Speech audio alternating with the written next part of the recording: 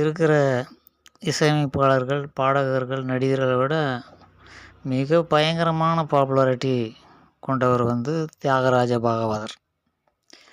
அந்த ஆளினுடைய அட்ரஸ் இன்னைக்கு இல்ல. என்ன காரணம்? காலத்தால எல்லாரும் அழிக்கப்படுவார்கள் அப்படிங்கிறதுக்கு தியாகராஜ பாகவதர் ஒரு உதாரணம்.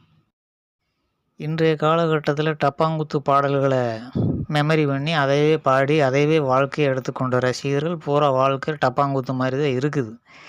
எங்கு பாரு முறைகேடான உறவுகள், முறைகேடான தவறுகள், எங்கேயுமே நேர்மை கிடையாது.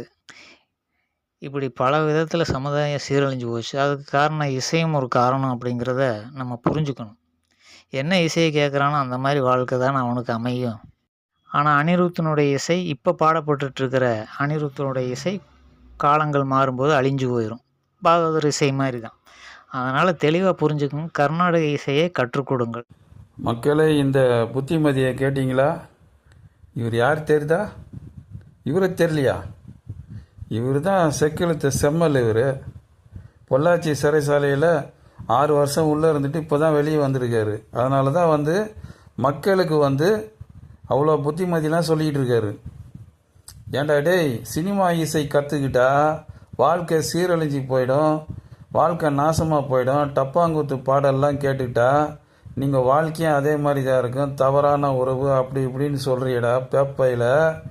அப்போ கர்நாடக சங்கீத இசையை கற்றுக்கிட்டா வாழ்க்கை நல்லாயிடும் அப்படின்ற மாதிரி தானே சொல்கிற. நான் இப்போ சொல்கிறேன், கர்நாடக இசை சங்கீதம் கற்றுக்கிட்டாலும் வாழ்க்கை வீணாக தான் போகும். ஒரு பெரிய கர்நாடக இசை பாடகி, அவங்க பேர் சொல்லலை, அவங்க பாட்டியும் கர்நாடக இசை பாடகி தான். அவங்க பேர் என்னென்னா காத்தாடி பேரில் இருக்கும். அவங்களோட பேத்தி தான் இவங்க. ஏஆர் ரகுமான் இசையிலலாம் பாடியிருக்காங்க. இவங்களோட வீட்டுக்கார் என்ன தெரியுமா பண்ணார்? கார் எடுத்துக்கிட்டு அப்படியே அடையார் பாலத்துக்கு வந்தார். அதை ஒரு 20 அடிக்கு முன்னாடி அந்த காரை நிப்பாட்டிட்டு நேராக குடுகுடுன்னு ஓடினார். பாலத்துக்கு மேலே அந்த செவரில் போய் ஏறி நின்று மேலே இருந்து கூவத்தில், அதாவது சாக்கடையில் விழுந்து செத்து போயிட்டார். இது 20 வருஷத்துக்கு முன்னாடி நடந்தது. அன்னைக்கு யூடியூப்லாம் கிடையாது, டிவி நியூஸ்லலாம் வந்தது இந்த செய்தி. கர்நாடக இசை சங்கீத பாடகியோட கணவர் கூவத்தில் விழுந்து செத்து போனாருன்னு.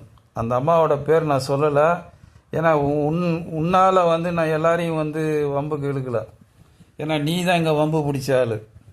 நீ உன் இசையை இன்னும் உனக்கு சம்மந்தப்பட்ட ஆள்கிட்ட போய் பேசு. ஏன்னா இப்போ நீ சொல்கிற மாதிரி சினிமா இசை கற்றுக்கிட்டா வாழ்க்கை இப்படி தான் வீணாக போகும்னு சொல்கிறிய. இந்த அம்மா கர்நாடக இசை சங்கீதம் முறைப்படி கற்றுக்கிட்டு அந்த மும்மூர்த்திகளுக்கே தினம் அவங்க அர்ச்சனை பண்ணுற மாதிரி தினம் பாட்டு பாடினாங்களா. அவங்க வாழ்க்கை எங்கே இருந்துடா நல்லா இருந்துச்சு. அவங்க வீட்டுக்காரர் தற்கொலை பண்ணிக்கிட்டாரு. சாதாரணமாக இறந்துட்டா கூட ஒன்றும் சொல்ல மாட்டாங்க மக்கள். சூசைட் பண்ணி இறந்தவங்களாம் அவர் போய் சேர்ந்துட்டாரு. இந்த அம்மாவை தானே பொதுமக்கள் கரிச்சி கொட்டுவாங்க. அடையாறில் போட் ஹவுஸ் பக்கத்தில் பெரிய விஐபி இருக்கக்கூடிய ஏரியாவில் உங்கள் வீடு. இந்த பெரிய விஐபி, பெரிய கோடீஸ்வரன், அதாவது அடையார் போட் ஹவுஸ்ன்னுவாங்க, அந்த இடத்துல இருக்கக்கூடிய ஒரு விஐபிங்க இருக்கக்கூடிய இடத்துல தான் எங்கள் வீடே இருந்தது. அவங்க பாட்டி பெரிய கர்நாடக இசை பாடகி தான். அப்போ இவங்களுக்கு எங்கேருந்து வாழ்க்கை நல்லா அமைஞ்சுது? நீ சொல்கிற மாதிரி இவங்க சினிமா பாட்டெலாம் கேட்கல, கர்நாடக இசை தான் பாடினாங்க. இவங்களுக்கே வாழ்க்கை நாசமாக போன அந்த கர்நாடக சங்கீதத்தை படித்தா வாழ்க்கை நல்லா இருக்குன்றியடா. இது எங்கேயாவது ஒத்து வர மாதிரி இருக்கா உன்னோட கருத்து?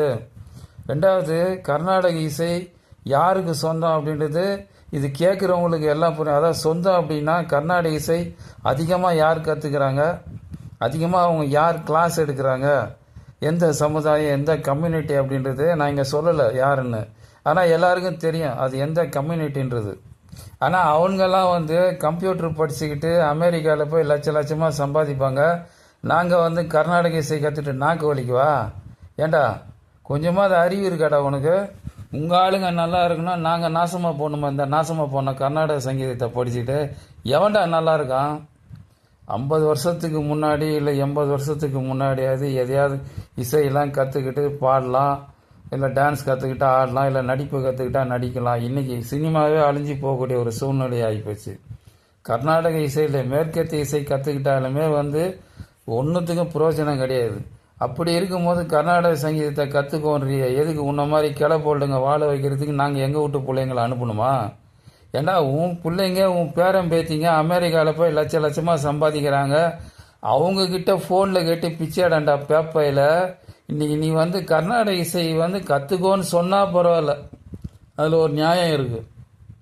அதை விட்டுட்டு சினிமா பாட்டு 2-3 பாட்டை போட்டு காமிச்சு இந்த டப்பாங்குத்து பாட்டெல்லாம் கேட்டுட்டா உங்கள் வாழ்க்கையும் வந்து தப்பான உறவு, முன்னுக்கு பின் வந்து மோசமான ஒரு உறவுகளோட கள்ள உறவுல தான் இருக்கும் இந்த இசை மாதிரி அப்படின்னு சொல்கிறிய. கர்நாடக இசை கற்றுக்கிட்டாலும் எவனும் வப்பாட்டி வச்சுக்கிறது இல்லைடா பேப்பையில். ஏடா பேப்பையிலுக்கு பிறந்த பேப்பையில் கர்நாடக சங்கீதம் கற்றுக்கிட்டவன் எவனுமே வந்து வப்பாட்டி வச்சுக்கிறது இல்லையா? நீ சொல்கிறது எல்லாம் முன்னுக்கு பின் முரணா இருக்க. உங்கள் ஆளுங்க வந்து நல்லா இருக்கிறான்ல, கர்நாடக இசை எவனா கற்றுக்கிறானா? எல்லாம் கம்ப்யூட்டர் கற்றுக்கிட்டு அமெரிக்காவில் போய் லட்சமாக சம்பாதிக்கிறான். இல்லைன்னா ஐஏஎஸ் ஐபிஎஸ் அப்படி படிச்சுட்டு அவன் பெரிய வேலையில் போகிறான். இல்லை கவர்மெண்ட் ஆஃபீஸராக பெரிய உத்தியோகத்தில் இருக்கிறான். அவங்களாம் யாராவது கர்நாடக சங்கீதம் கற்றுக்கிறாங்களா? அதனால் மக்களை கர்நாடக சங்கீதமோ மேற்கத்திய இசையோ இந்த காலத்தில் வந்து எக்ஸ்ட்ரா கரிக்குலர் ஆக்டிவிட்டீஸ் எந்த விதத்திலையும் பயன் தர. தயவு செய்து இவன் சொல்கிறதையோ இல்லை நீங்கள் உங்கள் மனசுலேயே வந்து இந்த இசையெல்லாம் கற்றுக்கணும் ஆர்வத்திலேயோ உங்கள் பிள்ளைங்களை வந்து வேஸ்ட்டாக வந்து ஆக்கிடாதீங்க. ஸ்போக்கன் இங்கிலீஷ் கற்றுக்க வைங்க, இல்லை ஹிந்தி கற்றுக்க சொல்லுங்கள், இல்லை வேறு லாங்குவேஜ் ஏதாவது கற்றுக்க சொல்லுங்கள். இல்லைன்னா வந்து நீட் எக்ஸாமுக்கு என்ன கோச்சிங்க அதை அனுப்புங்க. உங்கள் பிள்ளைங்களை டாக்டர் ஆக்கணும், இல்லை இன்ஜினியர் ஆக்கணும், இல்லை ஐஏஎஸ் ஐபிஎஸ் ஆக்கணும்னு அந்த மாதிரி கனவுகளோடு உங்கள் பிள்ளைங்களை படிப்பு சம்மந்தப்பட்ட இதில் அனுப்புங்க. அதை விட்டுட்டு கர்நாடக சங்கீதம், டான்ஸு, பரதநாட்டியம் இன்றைக்கெல்லாம் வந்து பழைய இரும்பு போட்டாவது பேரிச்சம்பழம் கிடைக்கும். இந்த கர்நாடக சங்கீதத்தை எடைக்கு எடை போட்டால் கூட எவனும் வாங்கவும் மாட்டான். அதனால் இவன் சொல்கிற அறிவுரையெல்லாம் தயவுசெய்து எடுக்காதீங்க. கர்நாடக சங்கீதம் கற்றுக்கிட்டு அந்த கர்நாடக சங்கீதம் உருவாக்கின மும்மூர்த்திகளே ரோட்டில் தெருவாக பாடி தான் பிச்சை எடுத்தாங்க. எவன்டா நல்லா இருந்தான் அந்த காலத்தில்? எவன் நல்லா இருக்கான்? சரி, நீ இவன் சொல்கிற மாதிரியே நீங்கள் உங்கள் வீட்டு பிள்ளைங்கள கர்நாடக சங்கீதம் கற்றுக்க வைக்கிறீங்க. இவனுங்க வந்து அவங்க கம்யூனிட்டியை சேர்ந்தவங்களுக்கு தான் நல்லா சொல்லி தருவாங்க. வேறு ஆளுங்களுக்கு, அவங்க ஜாதி இல்லாத வேறு ஆளுங்களுக்கு கர்நாடக சங்கீதம் A to Z சொல்லித்தர மாட்டான். இவங்க நல்லா தின்னு கொளுத்து போகிறதுக்கு உங்ககிட்ட இருந்து மாதம் 500-1000ன்னு பிடுங்கி இவங்க தின்னு கொளுத்து போகிறதுக்கு தான் உங்கள் பிள்ளைங்கள வா வா வான்னு கூப்பிட்றான். அப்படியே நீங்கள் வந்து கர்நாடக சங்கீதம் நல்லா பயிற்சி எடுத்து நல்லா பாடி ஒரு திறமையை வளர்த்துக்கிட்டாலும் எந்த சபா உங்களுக்காக காத்திருக்கிறது? உங்கள் பிள்ளைங்களை வந்து நீ வா நீ வா நீ வான்னு நாரதகான சபாவில் வந்து வெத்தலை பாக்கு வச்சு கூப்பிட்றாங்களா உங்கள் பிள்ளைங்கள எங்கள் சபாவில் வந்து பாடுங்கன்னு? அவங்க ஆளுங்களை தவிர, அதாவது கர்நாடக சங்கீதம் கம்யூனிட்டி அந்த சமுதாயத்தை தவிர வேறு கம்யூனிட்டிலாம் உள்ளே போயெல்லாம் அவ்வளோ ஈஸியாக பாடிட முடியாது. அதையும் நல்லா தெரிஞ்சுக்கோங்க. அதனால் வந்து கர்நாடக சங்கீதம், மேற்கத்திய இசை, இந்த டான்ஸு, இந்த சண்டை சம்மந்தப்பட்ட கலைகள் இதெல்லாம் வந்து உங்கள் பிள்ளைங்களை அனுப்பாதீங்க. ஸ்கூலில் கூட வியாபாரத்துக்காக வச்சுருக்கான். 3ஆம் கிளாஸ்லேருந்து 8ஆம் கிளாஸ் வரைக்கும் தான் வச்சுருக்கான். அதுக்கப்புறம் 9th 10th public exam, 11th 12th public எக்ஸாம்னு கட் பண்ணிவிடுவான். அதனால் 8வது வரைக்கும் நல்லா படிச்சுட்டு நல்லா பயிற்சி எடுத்துக்கிட்டு அதுக்கு நேரம் ஒதுக்கி செலவு பண்ணிவிட்டு கடைசியில் வந்து அந்த கலையெல்லாம் காணாமல் போயிடும். +2 முடித்தோடனே மேல் படிப்பு படிக்கிறதுக்கே உங்களுக்கு நேரம் சரியாக இருக்கும். நீங்கள் இந்த மாதிரி விஷயங்களை நீங்கள் வந்து எங்கே வந்து ப்ரொஜெக்ட் பண்ணி காமிப்பீங்க? அதனால் இன்றைக்கி சினிமாவே இல்லை, சினிமா அழிஞ்சு போச்சு. ஒருவேளை சினிமா இருந்தாலும் எனக்கு அதை கற்றுக்கினேன் இதை கற்றுன சினிமாவில் என் பையன் பெரிய ஆளவரன். இன்றைக்கி வந்து சினிமாவே அழிஞ்சு போயிடுச்சு. அதனால் அதுலேயும் போய் ஆளாக முடியாது. அப்படியே சினிமா துறை இருந்தாலுமே எல்லாருக்கும் வாழ்வு அடிச்சிடாது. தயவு செய்து எக்ஸ்ட்ரா கரிக்குலர் ஆக்டிவிட்டீஸ், குறிப்பாக அந்த கர்நாடக சங்கீதம், மேற்கத்திய இசை, டான்ஸு, பரதநாட்டியம் இதில் வந்து உங்கள் பிள்ளைங்களை தயவு செய்து ஈடுபடுத்தாதீங்க. உங்கள் பாதம் தொட்டு நான் கேட்டுக்கிறேன். நீங்கள் அதை விட ஸ்போக்கன் இங்கிலீஷ் கற்றுக் கொடுங்க, ஹிந்தி கற்றுக் கொடுங்க.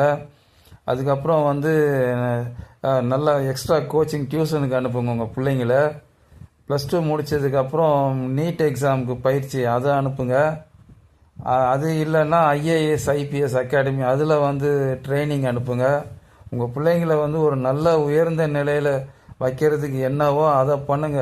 இந்த கர்நாடக சங்கீதம் எடைக்கு எடை கூட வாங்க ஆள் இல்லை. உங்கள் வீட்டில் இருக்கிற பழைய இரும்பு பிளாஸ்டிக்கை கூட வாங்கிறதுக்கு ஆள் இருக்குது. இந்த கர்நாடக சங்கீதத்தை வாங்கிறதுக்கு ஒரு ஆள் கிடையாது.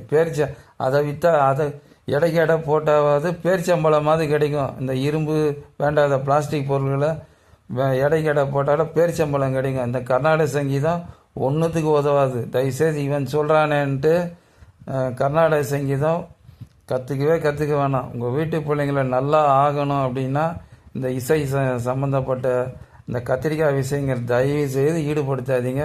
நல்லா படிக்க வைங்க. நல்ல அரசு உத்தியோகங்களில் பெரிய லெவலில், சும்மா சாதாரண வேலை கூட வேண்டாம், உயர் அதிகாரியாக ஆகணுன்ற ஒரு கனவோடு உங்கள் வீட்டு பிள்ளைங்களை உருவாக்குங்க அப்படின்னு நான் இந்த வீடியோ மூலமாக நான் கேட்டுக்கிறேன்.